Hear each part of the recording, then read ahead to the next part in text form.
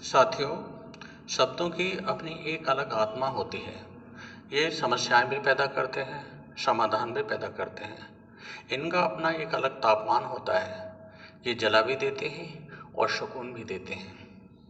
जगत में सारा खेल शब्दों का है।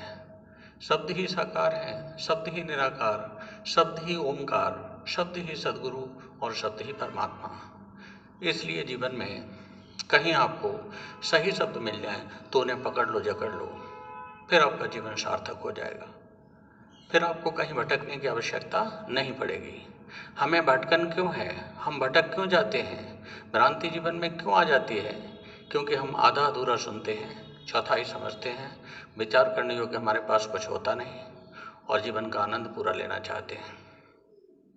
हम बहुत अच्छे जज बन जाते हैं जब गलती किसी और की होती है, और जब गलती स्वयं की होती है तो वकालत बहुत अच्छी करते हैं।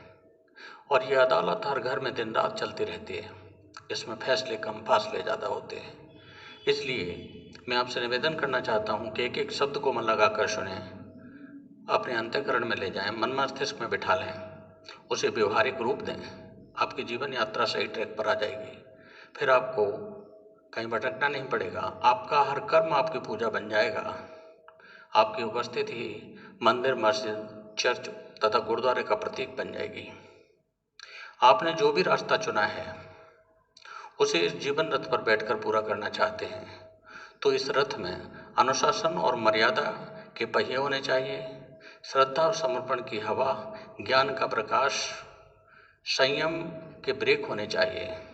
और इस रथ का जो संचालक है मन, वो बड़ा ही सतर्क होना चाहिए ताकि आपके 60 ग्राम की जीभ आपके 60 किलो के शरीर पर भारी न पड़ जाए। इस तरह आपकी जीवन यात्रा सुगम हो जाएगी। मैं ज्ञान के प्रकाश की बात इसलिए कर रहा हूँ क्योंकि अज्ञान, ऐश्वर्य, दौलत और यौवन का जोश, ये चारों ही अनर्थ के साक्षी होते हैं। साथियों, अज्ञानता से भय पैदा होता है, भय से अंधविश्वास पैदा होता है, अंधविश्वास से अंधभक्ति पैदा होती है, अंधभक्ति से मनुष्य का विवेक शून्य हो जाता है, हमारी तर्क शक्ति नष्ट हो जाती है, पाखंड पैदा हो जाता है, परमात्मा मीटर और किलोमीटर में नहीं, पार्सेक में दूरी बना लेता है।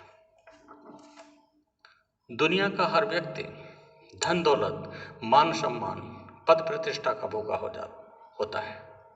इनका न मिलना ही क्रोध और चिंता का सबब बन जाता है और इनकी उपलब्धि से लालच और अहंकार का जन्म होता है।